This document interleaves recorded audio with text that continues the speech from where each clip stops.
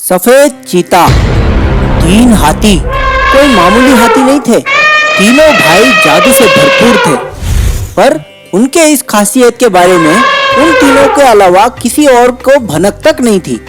एक दिन तीनों भाई जंगल की सैर करने निकले कि तभी उनमें से एक हाथी की नजर एक घायल चीता पर पड़ी। वो सफेद रंग का अनोखा चीता दर्द के मारे तड़प रहा था। उसे देख तीनों भाई उसके पास जा पहुंचे और आपस में फुसफुसाने लगे। ओह, बेचारा कितना तड़प रहा है, क्या हम इसकी कोई मदद नहीं कर सकते? ये एकदम अलग है, ऐसा चीता मैंने आज तक नहीं देखा। अगर ये मर गया तो हम अपने जादू का कमाल दिखा सकते हैं। हमारे जादू से ये 5 मिनट में ठीक हो जाएगा। कोई जरूरत नहीं है सब करने की। अगर हम ऐसा कुछ करेंगे तो हमारा राज इसे पता चल जाएगा और इसके जरिए बाकियों को भी। मैं तो कहता हूँ यहाँ से चुपचाप निकल लो। तीसरे हाथी की बात से बाकी दोनों सहमत नहीं थे। उस घायल जानवर को ऐसी हालत में छोड़ जाना उन्हें बिल्कुल अच्छा नहीं लगा।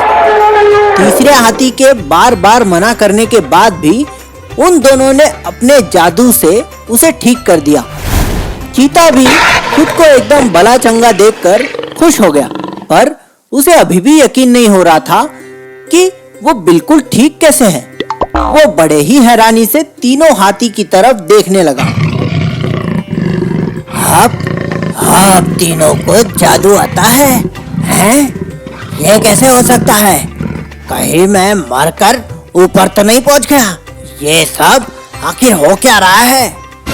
जिन दोनों ने उसे ठीक किया था उन दोनों ने उसे पूरी बात बताई और तीसरा हाथी अभी भी उन दोनों को गुस्से से घूरे जा रहा था। चीता को समझते देर नहीं लगी कि उसे शायद ये बात सही नहीं लगी थी।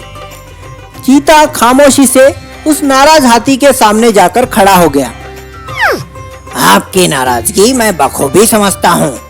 मैं आपको वचन देता हूँ कि मैं आपका यह राज मरते दम तक अपने तक ही रखूंगा। उसे किसी और के सामने आने नहीं दूंगा। चीता की बात सुन उस हाथी को थोड़ी तो तसल्ली मिल गई, पर फिर भी वो पूरी तरह से माना नहीं था। इसलिए उसने चीता को अपने साथ रहने के लिए कहा। चीता भी उसकी बात तुरंत मान गया। दिन बीतते गए, चीता अब उन्हीं के साथ पूरी तरह से घुल मिल गया था। एक दिन चीता के सामने उसके पुराने दोस्त आ गए। उसे जिंदा देख वो सब हैरान हो गए और उसे उसके जिंदा होने का राज पूछने लगे और उसे अपने साथ चलने को कहने लगे। हाथियों को लगा कि शायद अब चीता उनका राज सबके सामने खोल देगा, और उसकी बात सुन उसके पुराने दोस्त शर्म से पानी पानी हो गए और हाथी हैरान।